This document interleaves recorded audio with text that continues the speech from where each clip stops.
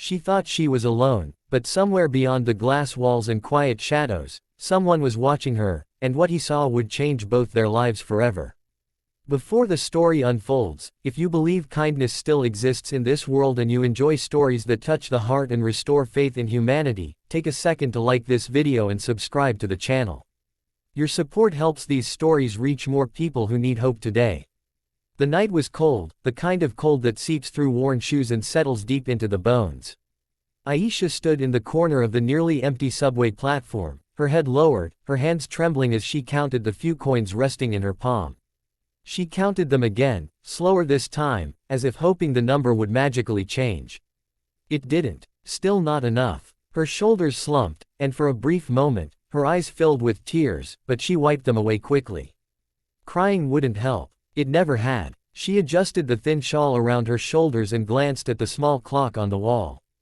If she missed this last train, she'd have to walk home. Home was a single rented room in an aging building, shared with her sick mother and her younger brother. Walking wasn't the problem. The problem was the fear that came with empty streets and darker thoughts. Still, she told herself she could handle it. She always did. What Aisha didn't know was that high above the platform, behind a tinted glass office overlooking the city's transit hub, a man had paused in the middle of an important meeting. His name was Adam Halim, a self-made millionaire, known in business circles for his sharp instincts and disciplined mind.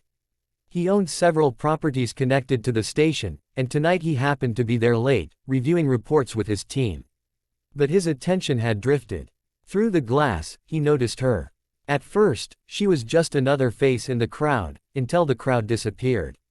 The station grew quiet, and she remained alone. Adam watched as she counted her coins, watched the subtle shake in her hands, the way she straightened her back as if refusing to let the world see her weakness.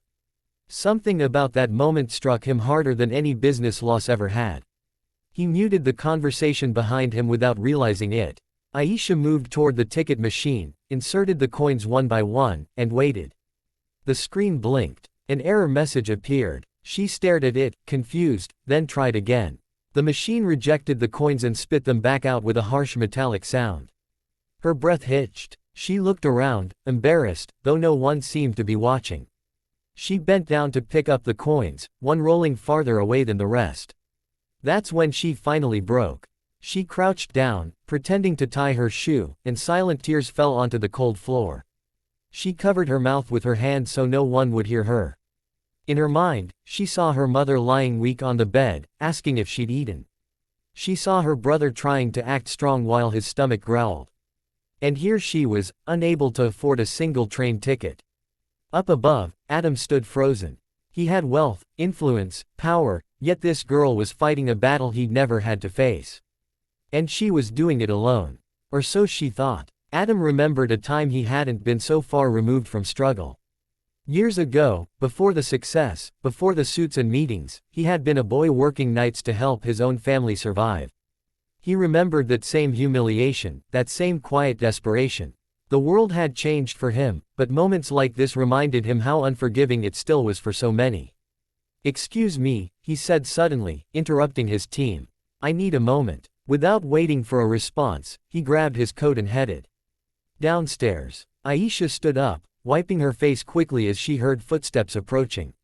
Her heart raced. She expected a security guard, maybe someone asking her to move along. Instead, she saw a well-dressed man stop a few feet away, his expression calm, not judging. "You dropped this," Adam said gently, handing her the coin that had rolled away. "Oh, thank you," she replied softly, avoiding his eyes. He noticed how tired she looked, how thin her jacket was. "The machine acting up?" he asked. She hesitated, then nodded. "Yes, it keeps rejecting them." Adam glanced at the machine, then back at her. "Where are you headed?" "Home," she said simply. Without another word, he tapped his card against the reader. The gate opened. He stepped aside. "Go ahead." Her eyes widened. I can't." "It's okay," he said, his voice steady. "Everyone needs help sometimes." For a moment, she looked like she might refuse out of pride. Then reality won. She swallowed hard and walked through the gate. "Thank you," she whispered, her voice breaking. "You don't know how much this means." Adam watched her board the train just before the doors closed. As it pulled away, She turned and looked back at him through the window, pressing her hand lightly against the glass in silent gratitude. That should have been the end. But Adam couldn't forget her. The next day, he asked his assistant to discreetly look into the area where Aisha had exited. He learned about her family, her mother's illness, her part-time job, and the nights she skipped meals so her brother wouldn't have to. Each detail weighed heavier on his heart. Instead of a single act of charity, Adam chose something deeper. A week later, Aisha received a call offering her a stable job at one of Adam's companies, with flexible hours and full medical benefits. She almost thought it was a mistake. When she arrived for the interview and recognized him sitting across the desk, her eyes filled with tears again, this time from disbelief. "You were watching me," she said quietly. "Yes," Adam admitted. "And you reminded me of who I used to be. Of who I never want to forget." The job changed her life. Her mother received proper treatment. Her brother returned to school without hunger clouding his focus.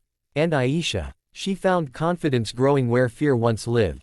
Months later, as she stood on that same subway platform, this time holding a monthly pass, her head held high, she smiled. She knew now that even in moments when it feels like no one sees your struggle, sometimes the right person is watching, not to judge, but to help. Adam, from his office above, watched her walk away with purpose, knowing that success meant nothing if it wasn't shared. The world didn't change overnight. Hardship still existed, but one moment of compassion had created a ripple that would last a lifetime.